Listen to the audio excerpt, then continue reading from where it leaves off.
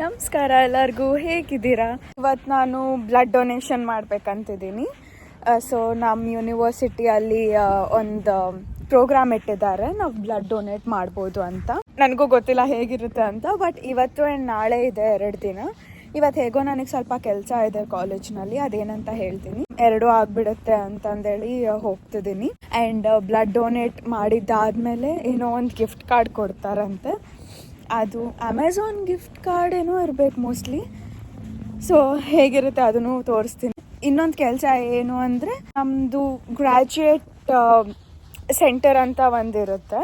ಅಂದರೆ ಎಲ್ಲ ಗ್ರ್ಯಾಜುಯೇಟ್ ಸ್ಟೂಡೆಂಟ್ಸ್ದು ಏನು ಹೇಳ್ತಾರೆ, ಲೈಕ್ ಒಂದು ಗ್ರೂಪ್ ಥರ. ಅದರಲ್ಲಿ ಒಂದು ಪ್ಯಾನಲ್ ಥರ ಮಾಡಿದ್ದಾರೆ.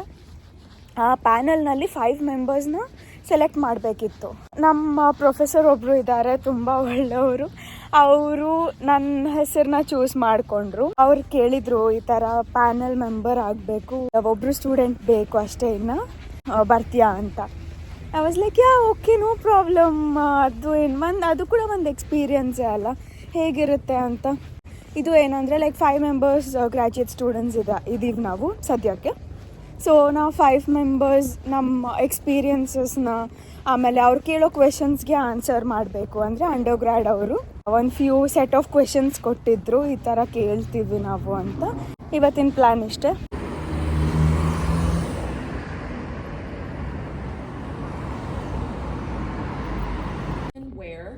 What you're currently doing your grad education in, or hey guys, so yes, student panel ಕೆಲಸ ಮುಗೀತು ಆ್ಯಂಡ್ ನಮ್ಮ ಪ್ರೊಫೆಸರ್ನೂ ಮೀಟ್ ಆದೆ. ಈಗ ನಾನು ಬ್ಲಡ್ ಡ್ರೈವ್ ಹತ್ರ ಹೋಗ್ತಿದ್ದೀನಿ. ಬ್ಲಡ್ ಕೊಟ್ಟಮೇಲೆ ಸ್ವಲ್ಪ ಕೆಲಸ ಇದೆ, ಇದು ಫೈನಾನ್ಷಿಯಲ್ ಸರ್ವಿಸಸ್ ಅಂತ.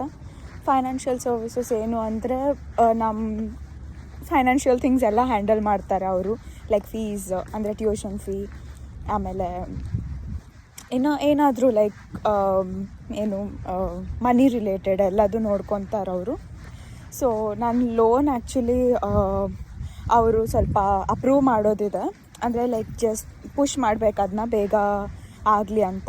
ನಾವು ಅವ್ರ ಹತ್ರ ಹೋಗಿ ಹೇಳಿದ್ರೆ ಸ್ವಲ್ಪ ನಮ್ಮ ಅಕೌಂಟೆಲ್ಲ ಚೆಕ್ ಮಾಡ್ತಾರೆ. ಸೊ ಅದಕ್ಕೋಸ್ಕರ ಅವ್ರ ಹತ್ರ ಹೋಗಬೇಕೀಗ. ಇವಾಗ ನೆನಪಾಯಿತು ನನಗೆ. ಸೊ ಅದನ್ನು ಮುಗಿಸ್ಕೊಂಡು ಬಿಡೋಣ ಕೆಲಸ ಅಂತ. ಆ್ಯಂಡ್ ಆಮೇಲೆ ಈಗ ನಮ್ಮ ಮ್ಯಾಮ್, ಅವ್ರ ಹೆಸರು ಪಿಟಿ ಪಾನ್ ಅಂತ. ತುಂಬ ಅಂದರೆ ತುಂಬ ಇಷ್ಟ ನನಗೆ ಅವರು. ಎಷ್ಟು ಒಳ್ಳೆಯವರು ಅಂದರೆ ಲೈಕ್ ಒಂದು ಪ್ರೊಫೆಸರ್ಗಿಂತ ಜಾಸ್ತಿ ಫ್ರೆಂಡ್ ಆಗಿದ್ದಾರೆ ಅವ್ರು ನನಗೆ. ಎಷ್ಟು ಕ್ಲೋಸ್ ಆಗಿದ್ದಾರೆ. ಲೈಕ್ ಎಲ್ಲ ಮಾತಾಡ್ಕೊತೀವಿ, ಫೀಲಿಂಗ್ಸ್, ಎಮೋಷನ್ಸ್ ಎಲ್ಲ ಮಾತಾಡ್ಕೊತೀವಿ, ಫ್ಯಾಮಿಲಿ ಬಗ್ಗೆ ಮಾತಾಡ್ಕೊತೀವಿ.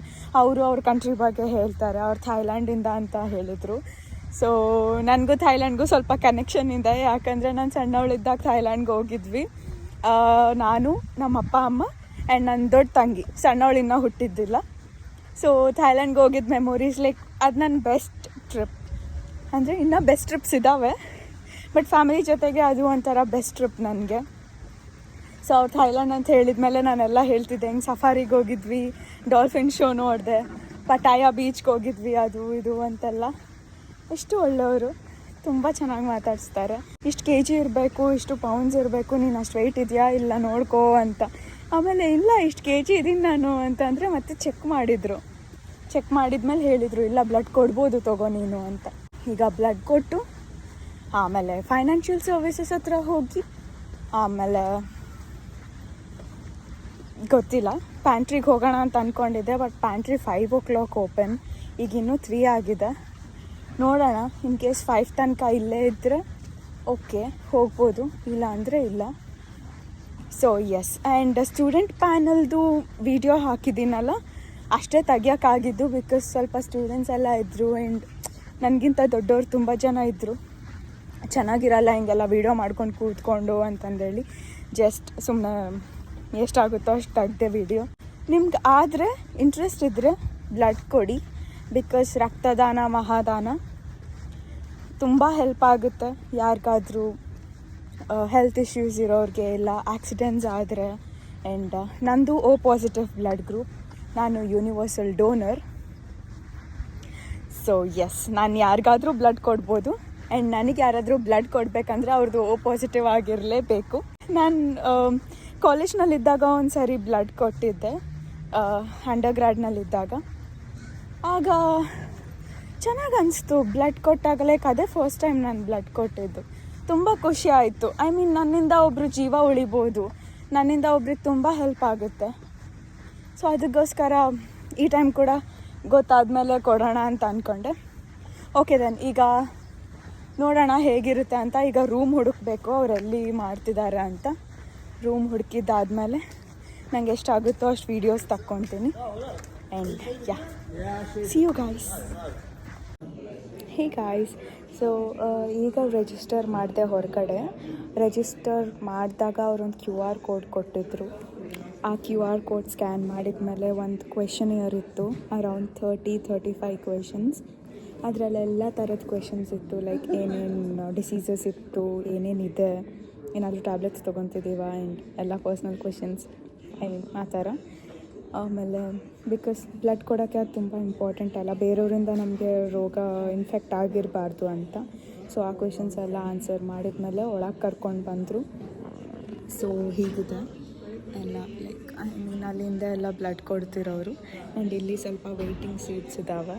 ನನ್ನ ಫಾರ್ಮಲ್ಲಿದೆ. ನನ್ನ ಫಾರ್ಮ್ ಅವ್ರು ತೊಗೊಂಡು ಇನ್ನು ಮೇ ಬಿ ಏನೋ ಚೆಕ್ ಮಾಡ್ತಾರೆ ಅನಿಸುತ್ತೆ. ಈ ಥರ ಎಲ್ಲ ಇದೆ. ಆ್ಯಂಡ್ ಅವ್ರು ಚೆಕ್ ಮಾಡ್ತಾರೆ ಎಲ್ಲ ಬ್ಲಡ್ ಗ್ರೂಪ್ ಅದು ಇದು ಎಲ್ಲ. ಆಮೇಲೆ ಮತ್ತೆ ಒಳಗೆ ಕಳಿಸ್ತಾರೆ. ಒಳಗಡೆ ಕಳಿಸಿದ್ಮೇಲೆ ಇನ್ನು ಬ್ಲಡ್ ಕೊಡೋದು ಸ್ಟಾರ್ಟ್ ಆಗುತ್ತೆ. ಆ್ಯಂಡ್ ಯಾ, ಅಷ್ಟೇ. ಎಷ್ಟಾಗುತ್ತೋ ಅಷ್ಟು ವೀಡಿಯೋ ಮಾಡ್ತೀನಿ, ಬಿಕಾಸ್ ಮಾಡೋಕ್ಕೆ ಬಿಡ್ತಾರೋ ಇಲ್ಲೋ ಗೊತ್ತಿಲ್ಲ. And yeah, that's it.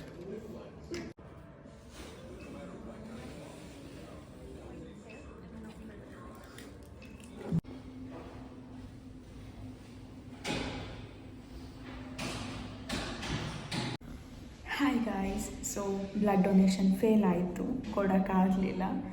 ಯಾಕಂದರೆ ಇಂಡಿಯಾಗೆ ಹೋಗಿದ್ನಲ್ಲ, ಸೊ ಅದಕ್ಕೋಸ್ಕರ 3 ಮಂತ್ಸ್ ಆಗಿದ್ದಿಲ್ಲ ಇನ್ನು. And India malaria prone area ಅಂತಂದೇಳಿ ಡಿಕ್ಲೇರ್ ಮಾಡಿದ್ದಾರೆ. ಇಂಡಿಯಾದಲ್ಲಿ ಮಲೇರಿಯಾ ಜಾಸ್ತಿ ಇದೆ ಅಂತ ಅವ್ರ ಸಿಸ್ಟಮ್ನಲ್ಲಿ ತೋರಿಸ್ತು. ಅವ್ರ ಮ್ಯಾಪ್ನಲ್ಲೆಲ್ಲ ನೋಡಿ ಇಂಡಿಯಾದಲ್ಲಿ ಯಾವ ಪ್ಲೇಸ್ ಅಂತ ಕೇಳಿದರೆ ಬೆಂಗಳೂರು ಅಂತ ಹೇಳಿದೆ. ಬೆಂಗಳೂರಿನಲ್ಲಿ ನೋಡಿದರು ಅವರು, ಅಲ್ಲಿ ರೆಡ್ ಕಲರ್ ಮಾರ್ಕ್ ಇತ್ತು. ಆ್ಯಂಡ್ ಐ ಮೀನ್ ಹೋಲ್ ಇಂಡಿಯಾನೇ ರೆಡ್ ಕಲರ್ ಮಾರ್ಕ್ ಇತ್ತು. ಆಮೇಲೆ ಮತ್ತೆ ಅದನ್ನು ಫಿಲ್ಟರ್ ಮಾಡಿದ್ದಾದಮೇಲೆ ಅದು 3 ಮಂತ್ಸ್ ಆಗಿದೆಯಾ ನಾನು ಹೋಗಿ ಬಂದು ಅಂತ ಚೆಕ್ ಮಾಡಿದರು. ಸೊ ನಾನು USA ಬಂದಿದ್ದು August 30th. So August 30th 3 months ಆಗಿರಬೇಕು. ಇದು ಇನ್ನೂ November 12 ಇವತ್ತು. ಸೊ ಇನ್ನೂ 18 ಡೇಸ್, ಇನ್ನೂ 18 ಡೇಸ್ ಆದಮೇಲೆ ನಾನು ಬ್ಲಡ್ ಕೊಡೋಕ್ಕಾಗುತ್ತೆ. ಸೊ ಇಸ್ಕೊಳ್ಲಿಲ್ಲ, ಅವರು ಕೊಡೋಕ್ಕಾಗಲ್ಲ ಅಂತ ಹೇಳಿದರು. It's okay. ಮತ್ತೆ ನೆಕ್ಸ್ಟ್ ಯಾವಾಗ ಬರ್ತೀರಾ ಅಂತ ಕೇಳಿದೆ. ಅವರು ಡಿಸೆಂಬರ್ ಅಂತ ಹೇಳಿದರು. ಡಿಸೆಂಬರ್ನಲ್ಲಿ ಅವ್ರು ಬಂದಾಗ ಕೊಡಬೇಕು. ಈಗ ಅಂತೂ ಸದ್ಯಕ್ಕೆ ಫೇಲ್ ಆಯಿತು. ನಂಗೆ ನಿಜವಾಗ್ಲೂ ಕೊಡೋಕ್ಕೆ ತುಂಬ ಆಸೆ ಇತ್ತು, ಬಟ್ ಆಗಲಿಲ್ಲ. It's okay. ಆ್ಯಂಡ್ ಈಗ ಫೈನಾನ್ಷಿಯಲ್ ಸರ್ವಿಸಸ್ ಹತ್ರ ಹೋಗೋಣ. ಸೊ ಅವ್ರಿಗೆ ನಂದು ಲೋನ್ ಅಪ್ರೂವಲ್ ಸ್ವಲ್ಪ ಪುಷ್ ಮಾಡೋಕ್ಕೆ ಹೇಳಬೇಕು. ಮಾಡ್ತಾರೆ, ಅದೇನಿಲ್ಲ, ಜಸ್ಟ್ ಚೆಕ್ ಮಾಡ್ತಾರೆ ನಮ್ಮ ಸ್ಟೂಡೆಂಟ್ ID ಎಲ್ಲ ಹಾಕಿ. ಅದಾದಮೇಲೆ ಸರಿ ಓಕೆ ಮಾಡ್ತೀವಿ, ಅಪ್ರೂವಲ್ ಬಂದಿದೆ, ಅಪ್ರೂವಲ್ ಮಾಡ್ತೀವಿ, ರಿಕ್ವೆಸ್ಟ್ ಬಂದಿದೆ ಅಂತೆಲ್ಲ ಹೇಳ್ತಾರೆ. ಅಷ್ಟೇ. ಅದು ಒಂದು ಅರ್ಧ ಗಂಟೆನೂ ಇಲ್ಲ, ಒಂದು 15 ನಿಮಿಷದ ಕೆಲಸ ಅಷ್ಟೇ. ಏನಂದರೆ ಬಿಲ್ಡಿಂಗ್ ದೂರ ಇದೆ, ಸ್ವಲ್ಪ ನಡ್ಕೊಂಡು ಹೋಗಬೇಕು. ಮತ್ತು 7 o'clock ಕ್ಲಾಸು. ಮನೆಗೆ ಹೋಗಿ ಏನಾದರೂ ತಿನ್ಕೊಂಡು ಮತ್ತೆ ಬರೋಕ್ಕೆ ಕರೆಕ್ಟ್ ಆಗಿಬಿಡುತ್ತೆ. ಆ್ಯಕ್ಚುಲಿ ನನಗೆ ಇನ್ನೊಂದು ವಿಷಯ ಏನು ಶಾಕ್ ಆಯಿತು ಅಂದರೆ, ಅವ್ರ ಹತ್ರ ಎಷ್ಟು ಡೀಟೇಲ್ಡ್ ಕ್ವೆಶನಿಯರ್ ಥರ ಇದೆ. ಲೈಕ್ ಡೀಟೇಲ್ಡ್ ಸರ್ವೆ ತೊಗೊತಿದ್ದಾರೆ ಅವರು. ಪ್ರತಿಯೊಂದು ಸಣ್ಣ ವಿಷಯನೂ ಓಪನ್ ಆಗೇ ಮಾತಾಡ್ತಿದ್ದೀನಿ ನಾನು.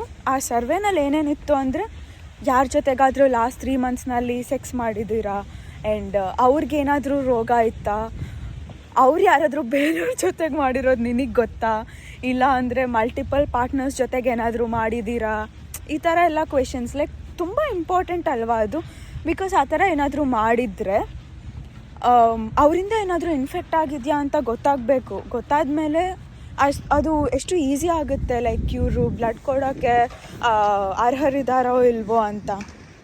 ಸೊ ಇಲ್ಲಿ ಆದರೆ ಅಷ್ಟು ಲೈಕ್ ಅರೌಂಡ್ 30-35 ಕ್ವೆಶನ್ಸ್ ಕೇಳಿದರು. ಬಟ್ ನಾನು ಇಂಡಿಯಾದಲ್ಲಿ ಕಾಲೇಜ್ನಲ್ಲಿ ಏನು ಬ್ಲಡ್ ಕೊಡೋಕ್ಕೆ ಹೋದಾಗ ಕ್ವೆಶನ್ಸೇ ಕೇಳಿಲ್ಲ, ಏನೂ ಕ್ವೆಶನ್ಸ್ ಇಲ್ಲ. ಲೈಕ್ ಲಿಟ್ರಲಿ ಸ್ವಲ್ಪ ಬ್ಲಡ್ ಸ್ಯಾಂಪಲ್ ಏನೋ ತೊಗೊಂಡ್ರು, ಓ ಪಾಸಿಟಿವ್ ಅಂತ ಗೊತ್ತಾಯಿತು. ಆಮೇಲೆ ಅಷ್ಟೇ ಒಳಗೆ ಕರ್ಕೊಂಡೋದ್ರು, ಬ್ಲಡ್ ತೊಗೊಳಕ್ಕೆ ಸ್ಟಾರ್ಟ್ ಮಾಡಿಬಿಟ್ರು. ಅದು ಬಿಟ್ಟು ಏನು ಕ್ವೆಶನ್ಯರ್ ಇಲ್ಲ, ಏನಿಲ್ಲ. ಲೈಕ್ ಒಂದು ಕನ್ಸೆಂಟ್ ಫಾರ್ಮ್ ಅಷ್ಟೇ, ಲೈಕ್ ನಾನು ಕೊಡ್ತಿದ್ದೀನಿ ಈ ಥರ ಬ್ಲಡ್ ಅಷ್ಟೇ, ಆ ಕನ್ಸೆಂಟ್ ಫಾರ್ಮ್. ಇಲ್ಲಿ ಆದರೆ ಎಷ್ಟು ಸಿಸ್ಟಮ್ಯಾಟಿಕ್ ಆಗಿ ಅವ್ರ ಲ್ಯಾಪ್ಟಾಪ್ನಲ್ಲೆಲ್ಲ ಕ್ವೆಶನ್ಸ್ ಇದ್ದಾವೆ. ಒಂದು ಸರ್ವೆ ಲಿಂಕ್ ಕೂಡ QR ಕೋಡೆಲ್ಲ ಸ್ಕ್ಯಾನ್ ಮಾಡಿದ್ಮೇಲೆ ಒಂದು ಸರ್ವೆ ಲಿಂಕ್ ಬಂತು. ಎಷ್ಟು ಸಿಸ್ಟಮ್ಯಾಟಿಕ್ ಇದೆ ಇಲ್ಲಿ. ಅದೆಲ್ಲ ನೀಟಾಗಿ ಚೆಕ್ ಮಾಡಿ ಮತ್ತೆ ಕ್ರಾಸ್ ಚೆಕ್ ಮಾಡಿ, I mean second time computer ಒಳಗೆ ಚೆಕ್ ಮಾಡಿ, ಅದಾದಮೇಲೆ ಏನು ಎಷ್ಟು ನೀಟಾಗಿ ಅವರು ಎಲ್ಲ ಇಂಡಿಯಾ ಮ್ಯಾಪ್ ಎಲ್ಲ ಓಪನ್ ಮಾಡಿ, ಎಲ್ಲ ಕಂಟ್ರೀಸ್ ಮ್ಯಾಪ್ ಇದೆ ಅವ್ರ ಹತ್ರ, ಎಲ್ಲ ಕಂಟ್ರೀಸ್ ಮ್ಯಾಪ್. ಆ್ಯಂಡ್ ಎಲ್ಲ ಕಂಟ್ರಿಗಳಲ್ಲೂ ಯಾವ್ಯಾವ ಪಾರ್ಟ್ನಲ್ಲಿ ಮಲೇರಿಯಾ ಪ್ರೋನ್ ಇದೆ, ಆಮೇಲೆ ಇನ್ನೂ ಬೇರೆ ಬೇರೆ ಡಿಸೀಸಸ್ ಏನೇನೋ ಇದ್ದಾವೆ. ಇನ್ನು ನಂದು ಅಲ್ಲಿ ಮಲೇರಿಯಾಗೆ ಸ್ಟಾಪ್ ಆಯಿತು. ಇನ್ನು ಮಲೇರಿಯಾದು ಕ್ಲಿಯರಾಗಿ ಹೋಗ್ತಿದ್ರೆ ಇನ್ನು ಬೇರೆ ಏನಿರ್ತಿತ್ತೋ ಅಂತ ಇಮ್ಯಾಜಿನ್ ಮಾಡ್ತಿದ್ದೀನಿ ನಾನು. ಅದಾದಮೇಲೆ ಮತ್ತೆ ತುಂಬ ಚೆನ್ನಾಗಿತ್ತು ಸಿಸ್ಟಮ್. ಮೇ ಬಿ ನಾನು ಎಕ್ಸ್ಪೀರಿಯನ್ಸ್ ಮಾಡಬೇಕಿತ್ತು, ನನಗೆ ಆ ಚಾನ್ಸ್ ಸಿಗಲಿಲ್ಲ. ಬೇರೆ ಏನಾದರೂ ಇರಲಿ ಸಿಸ್ಟಮ್, ಅದು ಸಬ್ಜೆಕ್ಟ್ಸ್ ರಿಜಿಸ್ಟರ್ ಮಾಡೋದಿರಲಿ, ಇಲ್ಲ ಈ ಥರ ಏನು ಬ್ಲಡ್ ಡೊನೇಷನ್ದು. ಆ್ಯಂಡ್ ಇನ್ನೊಂದು ಸ್ಟೂಡೆಂಟ್ ಹೆಲ್ತ್ ಸರ್ವಿಸಸ್ ಅಂತ ಇದೆ. ನಾವು ಹೆಲ್ತ್ ಇನ್ಶೂರೆನ್ಸ್ ಪೇ ಮಾಡಿದ ಮೇಲೆ ಕ್ಲಾಸಸ್ಗೆ ರಿಜಿಸ್ಟರ್ ಆಗೋಕ್ಕಾಗೋದು. ಸೊ ಸ್ಟೂಡೆಂಟ್ ಹೆಲ್ತ್ ಸರ್ವಿಸಸ್ ಅಂದರೆ ನಮಗೆ ಏನೇ ಪ್ರಾಬ್ಲಮ್ ಆದರೂ ಹೋಗ್ಬೋದು ಅವ್ರ ಹತ್ರ ಹೋಗಿ, ಲೈಕ್ ಒಂಥರ ಹಾಸ್ಪಿಟಲ್ ಇದ್ದಂಗೆ ಅಷ್ಟೇ, ಸಿಂಪಲ್.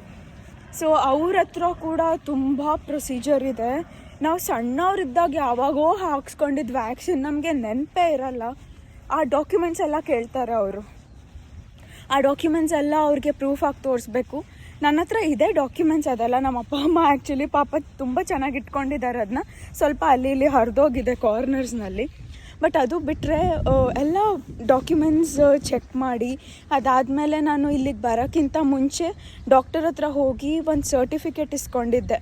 ಲೈಕ್ ಈ ಸರ್ಟಿಫಿಕೇಟ್ಸ್ ಎಲ್ಲ ಈ ಡೇಟ್ಸ್ ದಿನ ಹಾಕ್ಕೊಂಡಿದ್ದೀನಿ ಅಂತ, ವಿತ್ ಮೈ ಪೀಡಿಯಾಟ್ರಿಷಿಯನ್ ಸೈನ್. ನನ್ನ ಪೀಡಿಯಾಟ್ರಿಷಿಯನ್ ಅವರು ಸೈನ್ ಮಾಡಿ ಎಲ್ಲ ಕೊಟ್ಟಿದ್ದಾರೆ ಅದನ್ನು. ಓ ಮೈ ಗಾಡ್, ಇಂಡಿಯಾದಲ್ಲಿ ಅದನ್ನೆಲ್ಲ ನೋಡ್ತಾರೋ ಇಲ್ಲೋ ಅಂತ ಅನಿಸುತ್ತೆ. ಒಂದೊಂದು ಸಾರಿ ಬೇಜಾರಾಗುತ್ತೆ ಗೊತ್ತಾ. ಅಲ್ಲಿ ಕೂಡ ಈ ಥರ ಸಿಸ್ಟಮ್ ಇದ್ದರೆ ಚೆನ್ನಾಗಿರುತ್ತಲ್ಲ, ಸ್ವಲ್ಪ ಸಿಸ್ಟಮ್ಯಾಟಿಕ್ ಆಗಿ. ಇನ್ನೊಂದು ಎಲ್ಲ ರೆಕಾರ್ಡ್ಸ್ನ ನೀಟಾಗಿ ಇಟ್ಕೋಬೋದು.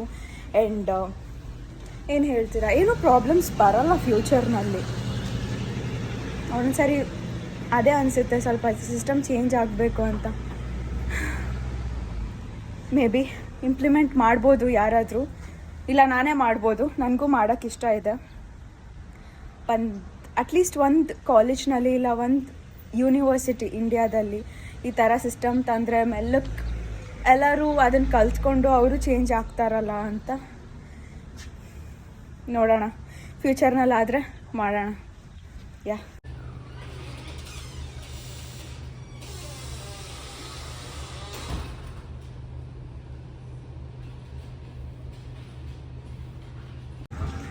ಹೇ ಗಾಯ್ಸ್, ಸೊ ಅಷ್ಟೇ ಇವತ್ತು ನನ್ನ ಡೇ ಮುಗೀತು. ಹೋಗಿ ಬಂದೆ ಫೈನಾನ್ಷಿಯಲ್ ಏಡ್ ಅವ್ರ ಹತ್ರ ಕೂಡ. ಅವರು ಅಷ್ಟೇ ಲೈಕ್ ಕ್ಲಾಸಸ್ ರಿಜಿಸ್ಟರ್ ಆಗಿ ಜಸ್ಟ್ 1 or 2 days ಅಷ್ಟೇ ಆಯಿತು ಅಲ್ಲ. ಸೊ ಸ್ವಲ್ಪ ಟೈಮ್ ತೊಗೊಳುತ್ತೆ ಅಪ್ರೂವ್ ಮಾಡೋಕ್ಕೆ. ಬಟ್ ಇಮೇಲ್ ಹಾಕ್ತೀನಿ, ರೆಸ್ಪಾನ್ಸಿಬಲ್ ಐ ಮೀನ್ ಲೈಕ್ ಯಾರು ರೆಸ್ಪಾನ್ಸಿಬಲ್ ಇದ್ದಾರೆ ಅವ್ರಿಗೆ ಅಂತೆಲ್ಲ ಹೇಳಿದರು ಅಷ್ಟೇ. ಇನ್ನೇನು ಮನೆಗೆ ಹೋಗೋದಷ್ಟೇ, ಬಸ್ಸಿಗೆ ವೆಯ್ಟಿಂಗು. ಬಸ್ ಬಂದಮೇಲೆ ಮನೆಗೆ ಹೋಗಿ ಜಿಮ್ಗೆ ಹೋಗೋಣ ಅಂತ ಅಂದ್ಕೊಂಡಿದ್ದೀನಿ. ಬಿಕಾಸ್ 1-2-3 hours ಅಷ್ಟೇ ಗ್ಯಾಪ್ ಇದೆ ನನಗೆ. ಅಟ್ಲೀಸ್ಟ್ 1 hour ಆದರೂ ಹೋಗಿ ಬರೋಣ ಜಿಮ್ಗೆ ಅಂತ. ಇವತ್ತು ಹೋಗಿಲ್ಲ. ಆ್ಯಂಡ್ ಜಿಮ್ ಮುಗಿಸ್ಕೊಂಡು ಮತ್ತೆ ಮನೆಗೆ ಹೋಗಿ ಫ್ರೆಶ್ ಅಪ್ ಆಗಿ ಕ್ಲಾಸಿಗೆ ಬರಬೇಕು. ಯಪ್ಪ ಪ್ಯಾಕ್ ಅನಿಸ್ಬಿಡುತ್ತೆ. ಒಂದೊಂದು ಸಾರಿ ಇಷ್ಟು ಬ್ಯುಸಿ ಇರ್ಬೇಕು ನಾನು ಅಂತ ಅನಿಸುತ್ತೆ, ಒಂದೊಂದು ಸಾರಿ ಫ್ರೀಯಾಗಿದ್ದು ಬಿಡೋಣ ಅಂತ ಅನಿಸುತ್ತೆ. ಆ್ಯಕ್ಚುಲಿ ನಾಳೆ ನೈಟ್ ನಾವು ಮೂವಿಗೆ ಹೋಗ್ತಿದ್ದೀವಿ, ಅಮರನ್ ಮೂವಿಗೆ. ನನಗೆ ಈ ಥರ ಸೋಲ್ಜರ್ಸ್ ಆರ್ ಈ ಥರ ಇಂಡಿಯನ್ ಆರ್ಮಿ ಈ ಥರ ಬೇಸ್ಡ್ ಸ್ಟೋರೀಸ್ ತುಂಬ ಇಷ್ಟ. ಬಿಕಾಸ್ ಇನ್ಸ್ಪೈರಿಂಗ್ ಇರುತ್ತೆ ಆ್ಯಂಡ್ ನಮ್ಮ ದೇಶಭಕ್ತಿ ಇನ್ನೂ ಜಾಸ್ತಿ ಮಾಡುತ್ತೆ. ಅದಕ್ಕೋಸ್ಕರ ಮೂವಿಗೆ ಹೋಗ್ತಿದ್ದೀವಿ ನಾಳೆ. ಆಗ ಇನ್ನೊಂದು ಮೂವಿ ವ್ಲಾಗ್ ಮಾಡ್ತೀನಿ. ಹೇಗಿರುತ್ತೆ ಇಲ್ಲಿ ಥಿಯೇಟರ್ಸ್ ಆ್ಯಂಡ್ ಟಿಕೆಟ್ಸ್ ಯಾವ ಥರ ತೊಗೋಬೇಕು, ಆಮೇಲೆ ಫುಡ್ ಯಾವ ಥರ ಸಿಗುತ್ತೆ. ಐ ಮೀನ್ ನಾವೇನು ಫುಡ್ ಕೊಂಡ್ಕೊಳಲ್ಲ ಬಿಕಾಸ್ ತುಂಬ ಕಾಸ್ಟ್ಲಿ ಇರುತ್ತೆ ಇಲ್ಲಿ. ಹೇಗಿರುತ್ತೆ ಅಂತೆಲ್ಲ ಒಂದು ವ್ಲಾಗ್ ಮಾಡ್ತೀನಿ. ಬಂದೆ ಮನೆಗೆ, ಐ ಮೀನ್ ಇನ್ನೂ ಹೋಗ್ತಿದ್ದೀನಿ ಮನೆಗೆ. ಸೊ ಅಷ್ಟೇ, ಇನ್ನು ಏನಿಲ್ಲ, ಏನಿದೆ ಲೈಫ್ ಅಷ್ಟೇ ಲೈಫ್. ಬೇಡ ಇನ್ನು ಸುಮ್ಮನೆ ಮತ್ತೆ ಏನೋ ಸ್ಟಾರ್ಟ್ ಆಗುತ್ತೆ ಈಗ ಪ್ರವಚನ ಅದು ಇದು ಶುರು ಮಾಡ್ಕೊತೀನಿ, ಪರವಾಗಿಲ್ಲ ಅಷ್ಟೇ. Have a nice day and see you guys in the next vlog which is the theatre vlog. ಸರಿ, ಎಲ್ಲರೂ ಚೆನ್ನಾಗಿರಿ, ಚೆನ್ನಾಗಿ ಊಟ ಮಾಡಿ, ಚೆನ್ನಾಗಿ ನಿದ್ದೆ ಮಾಡಿ. ಇಷ್ಟಿದ್ರೆ ನಮ್ಮ ಬ್ರೈನ್ ಕೂಡ ಆ್ಯಕ್ಟಿವ್ ಇರುತ್ತೆ, ಎಲ್ಲ ಮಾಡೋಕ್ಕೆ ಮೂಡ್ ಬರುತ್ತೆ ಆ್ಯಂಡ್ ನಾವು ಮಾಡಿದ್ದೆಲ್ಲ ಸಕ್ಸಸ್ಫುಲ್ ಆಗುತ್ತೆ. ಸೊ ಎಸ್, ಬಾಯ್.